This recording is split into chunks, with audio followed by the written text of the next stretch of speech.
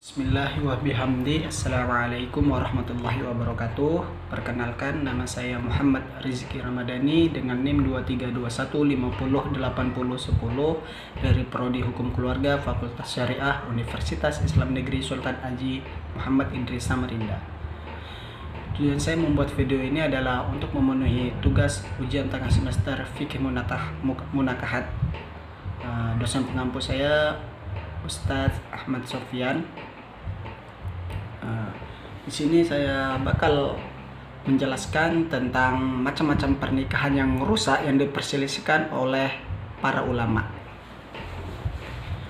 Lanjut saja, itu terdapat 4 macam pernikahan yang diperselisihkan yang rusak atau terdapat larangan yang jelas dari syariat, yaitu pertama nikah sigar, yang kedua nikah muta'ah, yang ketiga mengkhitbah orang yang telah dikhitbah, dan keempat nikah muhallil.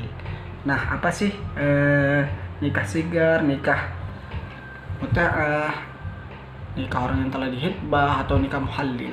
Nah, nikah sigar itu adalah seorang laki-laki yang menikahkan perempuan yang ada dalam tanggungannya, putri atau saudarinya lah ya, dengan seseorang, dengan syarat orang tersebut juga menikahkan dia dengan saudarinya atau yang berada di dalam tanggungannya tersebut. Jadi misalnya seperti ini kata-katanya, saya nikahkan engkau dengan adik saya, tapi engkau nikahkan saya dengan kakakmu, begitu ya.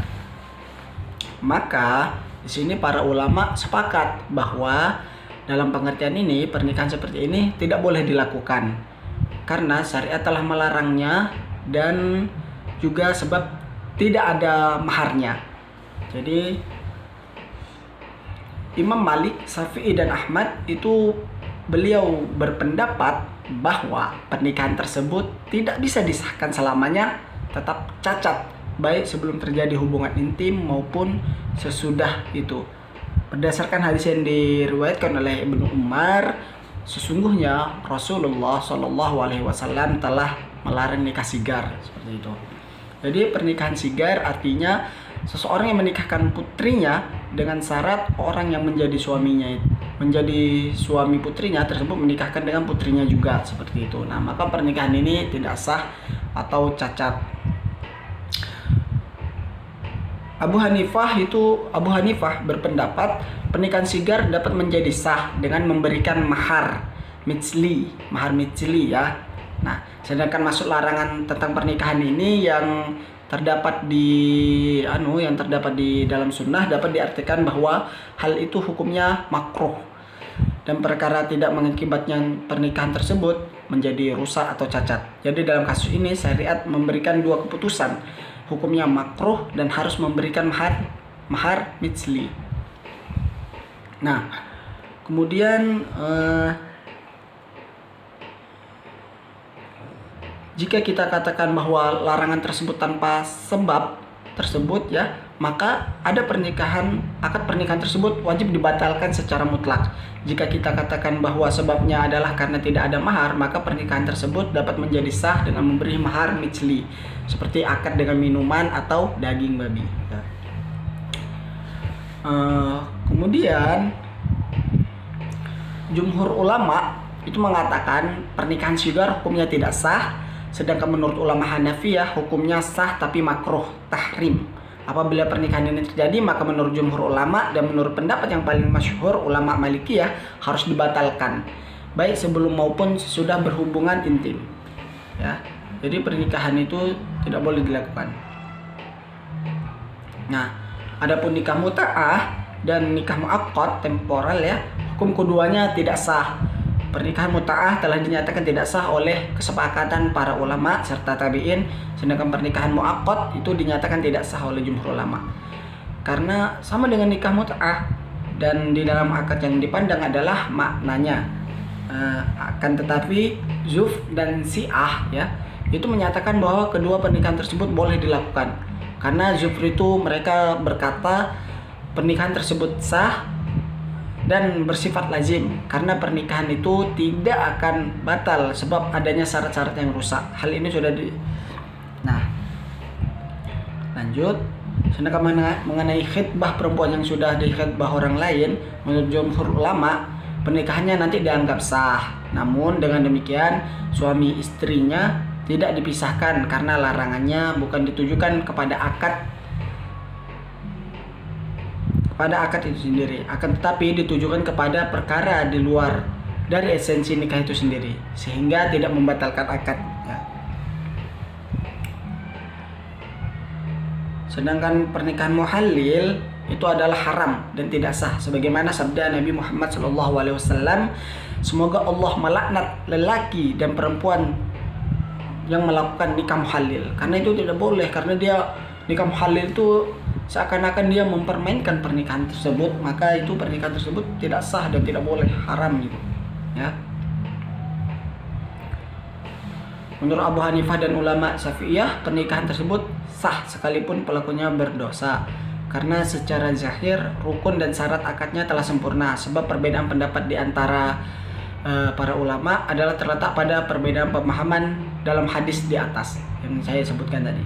Mereka yang memahami makna laknat ya adalah pemahaman dalam hadis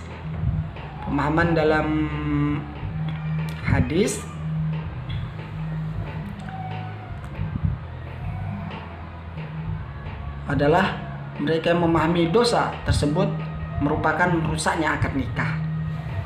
Kemudian kita lanjut, itu ada macam-macam pernikahan yang tidak sah menurut ulama Syafi'iyah. Jadi pernikahan yang batal adalah pernikahan yang tidak sempurna rukunnya, sedangkan pernikahan yang fasid, rusak, adalah pernikahan yang tidak sempurna syaratnya dan terdapat cacat setelah terlaksananya. Nah, lanjut, ulama Syafi'iyah itu menilai hukum keduanya sama ya. Maksudnya salah satu dari kedua jenis pernikahan ini tidak mengakibatkan terlaksananya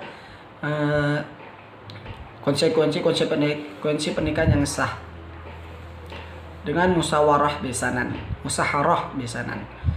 Nah, penetapan nasab dan indah. Nah, pernikahan yang tidak sah tersebut menurut ulama Syafi'iyah itu jumlahnya banyak sekali ya. Yang paling utama itu ada 9 macam, teman-teman. Nah, itu ada 9 macam. Nah, yang pertama itu ada namanya nikah sigar. Yang saya sebutkan di awal tadi, nikah sigar itu adalah contoh misalnya saya nikahkan kamu dengan anak saya si Fulan, tapi kamu nikahkan saya dengan adikmu si Fulanah, seperti itu. Jadi pertukaran kedua perempuan tanpa mahar, maka ini tidak sah.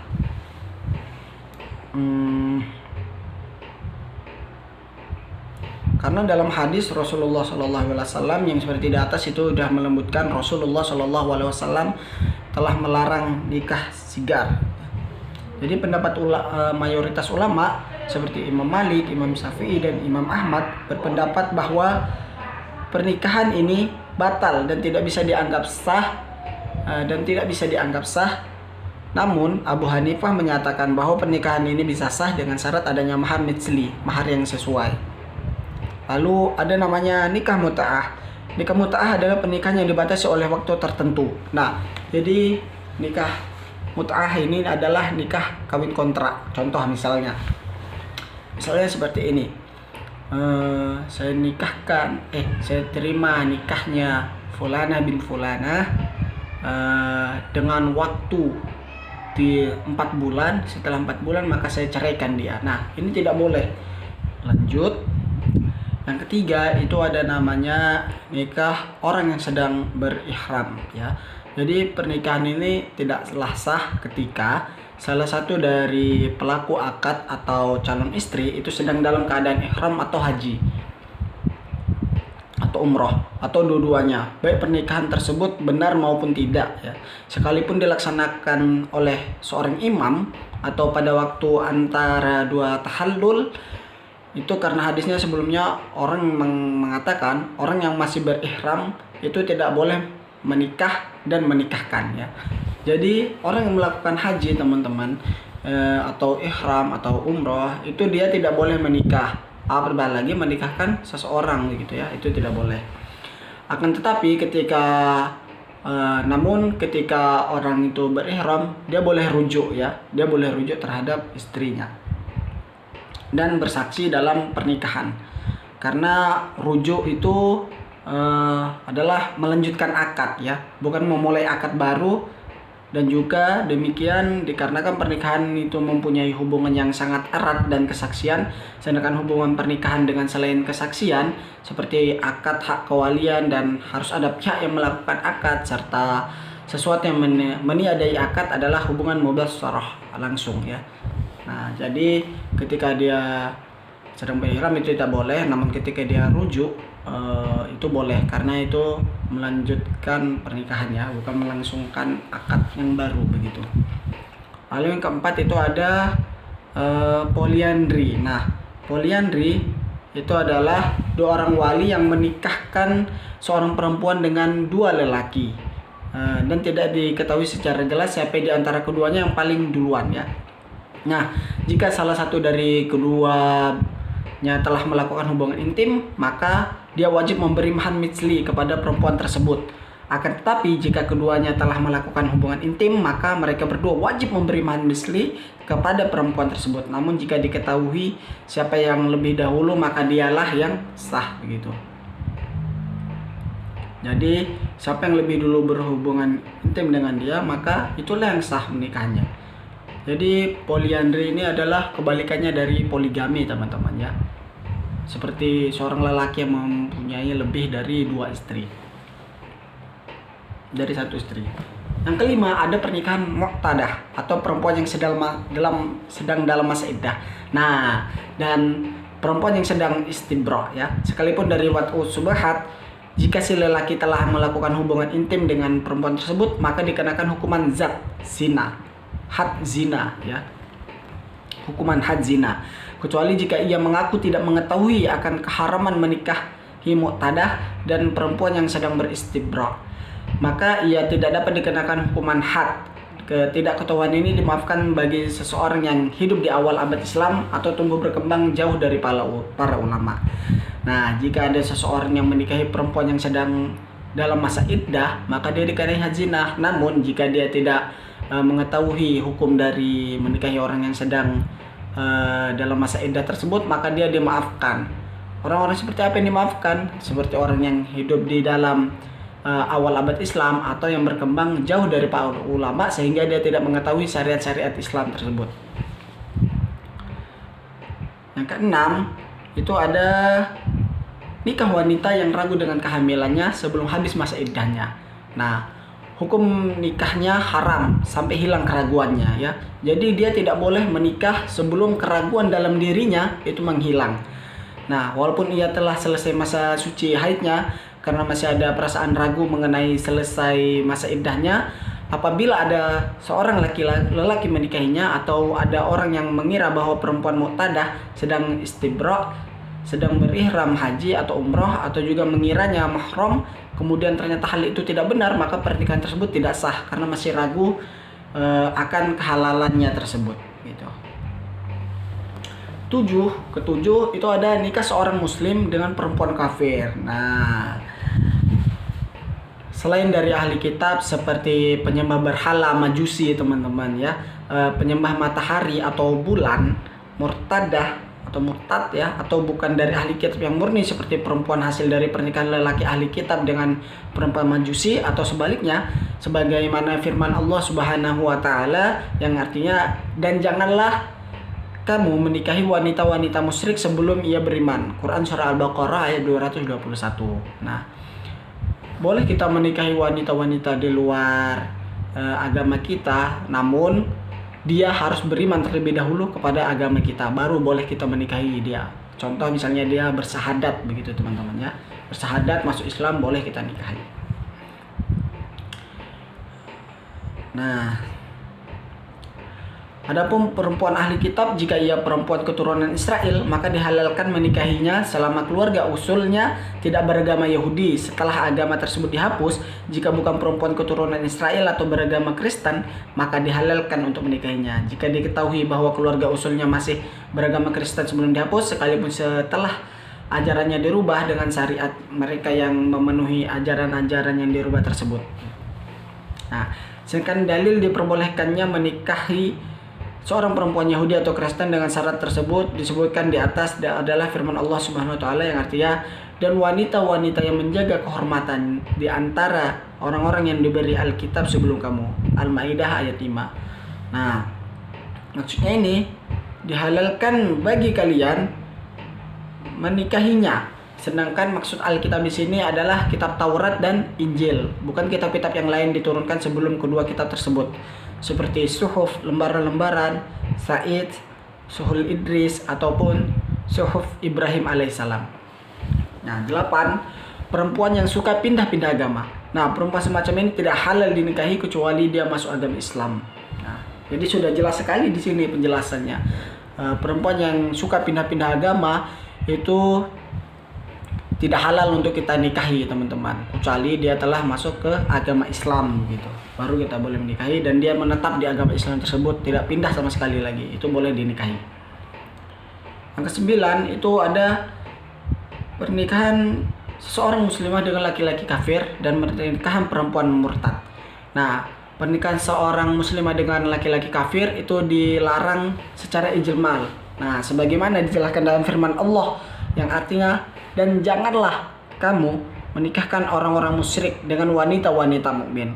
Quran surah Al-Baqarah ayat 220. Nah, perempuan yang telah murtad itu tidak halal dinikahi oleh siapapun. Oleh siapapun, muslim ya maksudnya ini. Tidak bagi seorang muslim. Nah, karena status perempuan tersebut adalah kafir yang tidak mengakui akan kemurtadannya. Tidak juga bagi orang kafir karena perempuan tersebut masih ada hubungan dengan agama Islam gitu. Nah, jika ada salah satu pasangan suami istri atau kedua-duanya murtad sebelum melakukan hubungan intim, maka nikahnya tidak sah. Namun apabila murtadnya setelah berhubungan intim, maka perlu ditunggu. Jika dalam masa iddah mereka berdua kembali beragama Islam, maka pernikahannya masih dapat terus berlanjut. Akan tetapi jika dalam masa iddah mereka tidak kembali beragama Islam, maka pernikahannya mereka itu batal. Jadi lanjut, yang keempat itu ada macam-macam pernikahan rusak menurut ulama Hanabilah, teman-teman. Nah, pernikahan rusak ada dua macam. Pertama, pernikahan tidak sah dari asalnya, yaitu ada 4 akad. Yang pertama sama nikah sigar. Nikah seorang wali yang menikahkan anaknya dengan syarat dia juga menikahkan keluarganya tersebut misalnya. Yang kedua, nikah muhalil. Nah, apa sih nikah muhalil? Nikah muhalil itu adalah nikah yang istrinya telah suaminya telah mentalak 3 istrinya. Namun ketika dia ingin kembali kepada istrinya, dia itu menunjuk temannya untuk menikahi istrinya tersebut supaya bisa dia kembali kepada istrinya gitu. Maka ini tidak boleh. Nah, yang keempat itu nikah mu'allaq atau nikah bersyarat, yaitu seperti mengatakan aku menikahkanmu jika datang awal bulan, atau jika ibunya meridhoi, atau jika istriku melahirkan anak perempuan, maka aku menikahi kamu dengannya. Atau boleh juga dengan mengatakan aku nikahkan kamu dengannya jika dia adalah putriku, atau jika aku yang menjadi walinya jika ia telah habis masa iddahnya dan keduanya mengetahui hal itu, atau mengatakan jika berkehendak, lalu ia menjawab ya aku berkehendak dan aku menerimanya seperti aku menikahi dan terima nikahnya, insya Allah jika Allah berkehendak. Nah, di antara pernikahan yang tidak sah adalah pernikahan perempuan yang bersuami atau yang masih ada dalam masa iddah. Atau semisalnya jika pasangan suami istri itu mengetahui pengharaman nikah ini, berarti keduanya telah berzina. Nah, keduanya harus dikenai hukuman had dan nasab anak tidak dinisbatkan kepada suami. Sedangkan pernikahan yang rusak yang masih dipersilahkan kebolehannya seperti nikah tanpa saksi atau wali, maka tidak wajib diberi had gitu. Baik hal itu diyakini halal atau haramnya. Itu dikarenakan masalah ini masih dipersilahkan kebolehannya akan kebolehannya. Demikian juga karena had dapat ditolak dengan adanya hal-hal yang masih subhat samar dan diperselisihkan hukum dalam masalah ini merupakan subhat yang paling besar. Yang kedua, itu pernikahan sah tanpa ada syarat, seperti halnya jika mensyaratkan tanpa mahar atau nafkah, atau agar sang suami membagi jatah kepada istri tersebut lebih banyak atau lebih sedikit daripada istri-istri yang lainnya. Nah,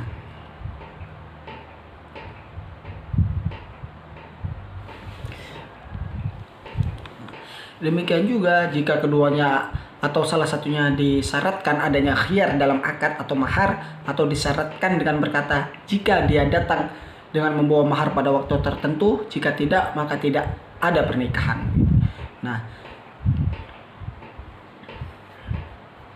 atau disyaratkan agar si suami pergi bersamanya, memenuhi panggilannya untuk berhubungan intim jika ia menginginkannya, tidak menyerahkannya dirinya sampai batas waktu tertentu. Ketika hari Jumat, istri tidak dapat melayani kecuali di malam hari. Nah, jika si lelaki mensyaratkan calon istrinya adalah seorang muslimah, lantas diketahui bahwa ternyata perempuan tersebut adalah ahli kitab, atau disyaratkan perempuan tersebut perawan, cantik, keluarga dekat, tidak ada aib yang dapat dibuat membatalkan pernikahan. Tapi dalam kenyataannya tidak demikian, maka si suami boleh melakukan khiyar dan mengembalikannya kepada orang yang menipunya tersebut. Namun jika mensyaratkan ciri-ciri tertentu dan ternyata lebih dari yang disyaratkan, seperti mensyaratkan perempuan ahli kitab, lantas ternyata si perempuan tersebut adalah muslimah, maka tidak ada khiyar di dalamnya. Dan yang kelima, itu ada sunnah-sunnah yang dianjurkan dalam akad nikah. Nah, ini. Yang pertama itu ada yang namanya khutbah nikah. Nah, khutbah nikah ini hendaknya suami berkhutbah sebelum akad nikah dilaksanakan. Hal ini dimulai dengan tahmid dan bersahadat, salawat atas Rasulullah SAW juga.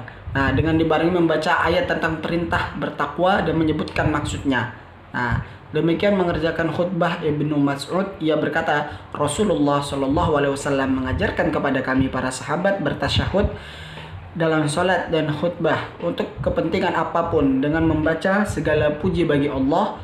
Kami memujinya dan memohon pertolongan kepadanya. Kami berlindung kepada Allah dari kejahatan jiwa dan kejelekan amalan kami. Barang siapa yang diberi hidayah oleh Allah, maka tidak ada yang dapat menyesatkannya. Barang siapa yang disesatkan oleh Allah, maka tidak ada yang dapat memberinya hidayah. Saya bersaksi bahwa tiada Tuhan selain Allah dan Muhammad adalah hamba dan utusannya. Kemudian Ibnu Mas'ud membaca 3 ayat Al-Quran yang ditafsirkan oleh Sufyan, yang artinya, hai orang-orang yang beriman, bertakwalah kepada Allah sebenar-benar takwa kepadanya, dan janganlah sekali-kali kamu mati melainkan dalam keadaan beragama Islam. Al-Imran ayat 102. Nah, ada lagi, hai sekalian manusia, bertakwalah kepada Tuhanmu yang telah menciptakan kamu dari seorang diri, dan daripadanya Allah menciptakan istrinya, dan daripada keduanya Allah memperkembangbiakkan laki-laki dan perempuan yang banyak. Dan bertakwalah kepada Allah dengan mempergunakan namanya, kamu saling meminta satu sama lain, dan peliharalah hubungan silaturahim. Sesungguhnya Allah selalu menjaga dan mengawasi kamu. An-Nisa ayat 1. Lalu ada dalam Al-Ahzab 70-71, hai orang-orang yang beriman, bertakwalah kamu kepada Allah dan katakanlah perkataan yang benar. Niscaya Allah memperbaiki bagimu amalan-amalanmu. Kemudian Ibnu Mas'ud itu mengatakan, Waba'at, selanjutnya sesungguhnya Allah memerintahkan menikah dan melarang berzina. Dia berfirman, seraya memberi kabar dan memerintah, dan kawinlah orang-orang yang sendirian di antara kamu dan orang-orang yang layak menikah dari hamba sahayamu lelaki dan hamba sahayamu yang perempuan.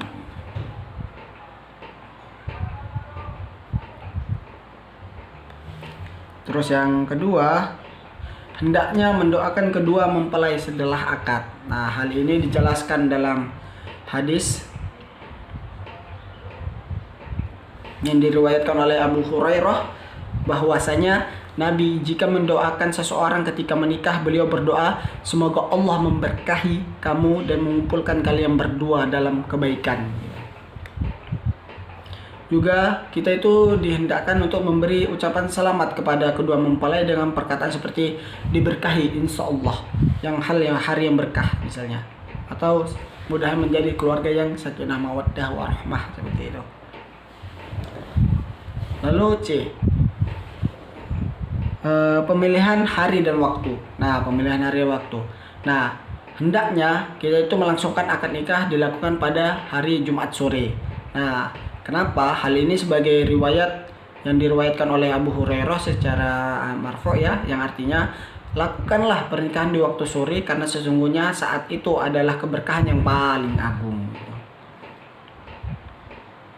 Yang D, mengumumkan pernikahan dan memukul rebana. Nah, hal ini sebagaimana Nabi Shallallahu Alaihi Wasallam bersabda ya, a'linun kiha, umumkanlah pernikahan. A'linun kiha wadribu alaihi bil gerbal, umumkanlah pernikahan dan pukullah rebana.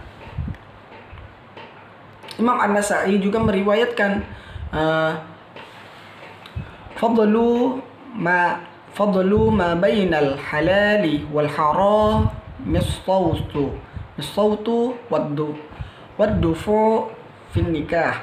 Nah, pemisah antara halal dan haram ada dalam pernikahan adalah suara dan rebana gitu. Nah,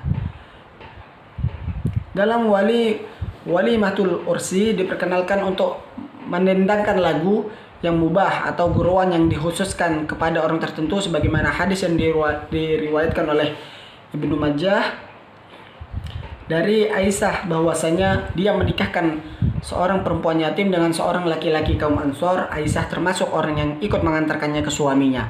Aisyah berkata, tatkala kami pulang, Rasulullah SAW bertanya kepada kami, apa yang kamu katakan wahai Aisyah?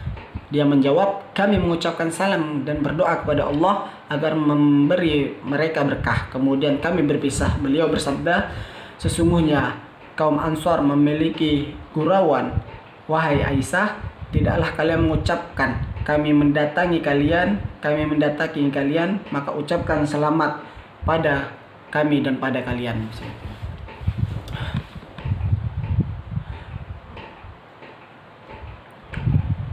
Lanjut yang C, menyebutkan mahar. Nah, yaitu menentukannya ketika akad, karena hal itu dapat menenangkan jiwa dan mencegah perselisihan di kemudian hari.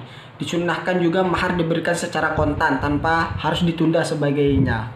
Jadi mahar itu kalau bisa kita memberikan secara cash atau tunai ya. Lalu ada walimah.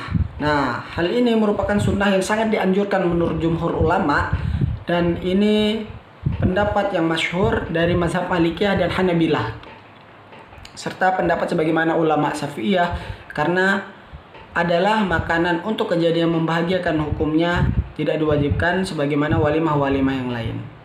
Dan pendapat Imam Malik yang tertera di dalam kitab Al-Um karya Imam Syafi'i serta pendapat Zahirah bahwasanya walimah tersebut hukumnya wajib karena sabda Nabi Muhammad SAW kepada Abdurrahman bin Auf berkata, adakanlah walimah sekalipun hanya dengan seekor kambing. Nah, zahir dari sebuah perintah adalah untuk mewajibkan. Para ulama salaf berbeda pendapat mengenai waktu walimah, apakah itu ketika akad atau setelahnya begitu. Ketika bersenggama atau setelahnya, atau ketika memulai akad hingga akhir persenggamaan. Imam Nawawi berkata, para ulama berbeda pendapat. Qadi Iyad mengisahkan bahwasanya pendapat yang paling benar ulama Malikiyah adalah dianjurkan setelah bersenggama, sedangkan sebagian Malikiyah berpendapat dianjurkan akad ketika akad. Nah, sedangkan menurut Ibnu Jundub dianjurkan ketika akad dan setelah persenggamaan. Sedangkan As-Subki berkata, yang diriwayatkan dari perbuatan Nabi SAW bahwasanya walimah tersebut dilakukan setelah persenggamaan di dalam hadis yang diriwayatkan dari An-Nas oleh Imam Al-Bukhari dan lainnya menyatakan dengan jelas bahwa walimah tersebut dilakukan setelah persenggamaan, karena sabda beliau Shallallahu Alaihi Wasallam ya. Beliau bangun pagi sebagai pengantin Zainab, lantas beliau mengundang orang-orang.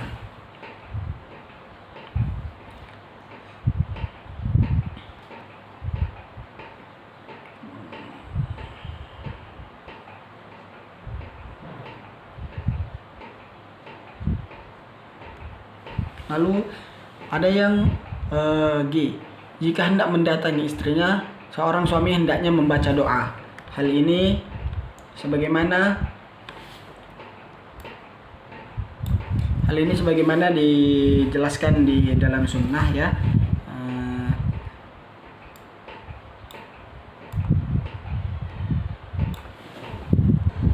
Hal ini di dalam hadis disebutkan, diriwayatkan dari Abu Sa'id, budak Abu Suwaid, bahwasanya Abu Suwaid menikah lantas dihadiri oleh Abdullah bin Mas'ud dan Abu Zar, Huzaifah dan para sahabat Rasulullah SAW yang lainnya. Setelah itu waktu sholat telah tiba, lantas mereka mempersilahkan Abu Usaid menjadi imam sholat, padahal ia seorang budak. Kemudian dia pun menjadi imam mereka dalam sholat tersebut. Setelah itu mereka berkata kepadanya, jika kamu menemui istrimu, sholatlah 2 rakaat, kemudian pegang kepada istrimu dan berdoalah, ya Allah, berkahilah aku dalam keluargaku dan berkahilah keluargaku di dalam diriku, berilah aku rezeki dari mereka, kemudian lakukanlah keperluanmu dan istrimu. Gitu.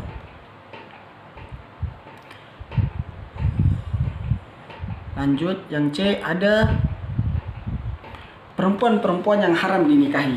Nah, dalam syariat kita mengetahui bahwa bagi mempelai perempuan disyaratkan tidak memiliki hubungan mahram dengan laki-laki yang ingin dinikahi. Jadi mempelai perempuan haruslah seorang yang dapat dilaksanakan akad pernikahannya.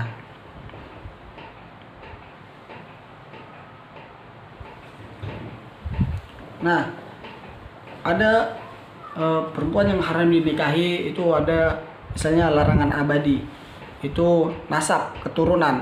Tidak boleh menikahi ibu, anak perempuan, saudara perempuan, bibi dari ayah atau ibu, terus serta keponakan perempuan. Dalilnya itu terdapat dalam Al-Quran An-Nisa ayat 23. Terus perbesanan, besan, haram menikahi ibu mertua, anak tiri jika sudah berhubungan dengan ibunya, menantu atau saudara istri. Nah, lainnya itu dilarang menikahi istri yang telah ditalak 3 kali tanpa menikah dengan orang lain serta istri tersebut telah dinikahi orang lain lah gitu. Baru ada larangan sementara. Nah, larangan sementara ini misalnya masa iddah. Nah, dilarang menikahi wanita yang masih dalam masa iddah, baik karena perceraian maupun kematian suaminya. Nah, namun setelah selesai masa iddahnya, maka kita boleh menikahi wanita tersebut.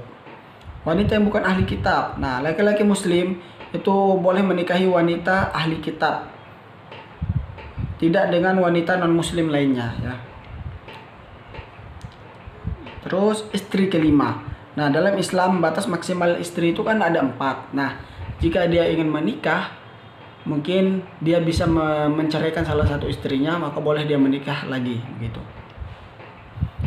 Terus ada ihram. Nah, dilarang menikah ketika salah satu atau kedua pasangan sedang berihram atau haji dan umroh. Nah, namun jika setelah mereka selesai berihram atau setelah selesai berhaji, maka setelah selesai itu bolehlah mereka menikah tersebut begitu.